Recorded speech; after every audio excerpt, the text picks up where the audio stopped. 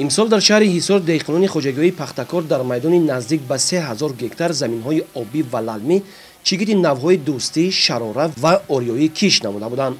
کشاورزان خوجگی‌های شهر از دهه اول ماه سپتامبر به جمع‌آوری پخته شروع کردند.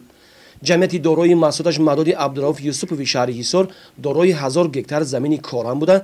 این حال چیگیت نوهای حصار، زرنیسار، مهرگان کشنامدهشان خوب نشونما گشته است و در هر یک بریگاد تا 100 نفری چینکچیان از پی غنوچینی طلای سفید میباشند. چینش پخته را از 22 سپتامبر شروع کردیم. از حال از هر گکتار زمین به حساب 17 سنتنری حاصل برآورده شدیم. ولی چینک پخته ما دوام دارد. و در چینک پخته را که چینش اول را تمام کردیم، کل چینش پخته را با حساب 50 درم رشد میکنیم. عبید کالخوچی‌ها 80 نفر خوجگی را در از طریق خوجگی با عبید تامین کرده میشود.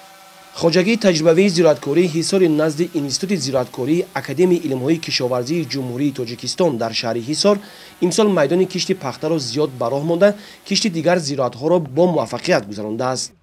نوعی پخته شراره به منطقه بوب است. در همین شهرک شراره ما فقط هم نوعی کشتی پخته شراره و دوستی همین رو ما هر سال میکنیم. نظر به سال گذشته این سال خیلی نه است. بازی از حساب 90 گکتار ما قریب 12 سنتنری حاصل گرفتیم.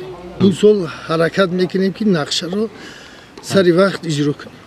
امروزها کشاورزان از آب و هوای گرم فصل تیرما ثمرناک استفاده برده در صحرا از پی غنوچینی طلای سفید میباشند و کوشش مینمودند پخته را به تلف جمع‌آوری نموده به خیرمن خوجگی سپارند.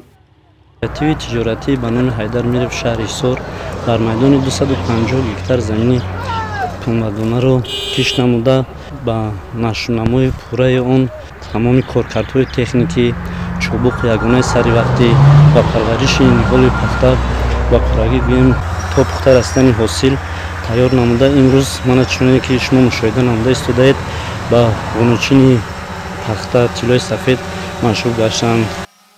کشاورزان خوجگی‌های شهر حصار نیت دارند پخته شکفته زحمت‌های مرد دهقان را سری وقت جمع‌آوری نموده به کشت تیرماهی آمادگی بینند. گزارش خورشید حلیموف، صاحب نور عبدالرسول از شهر حصار برای برنامه اطلاعاتی نوید.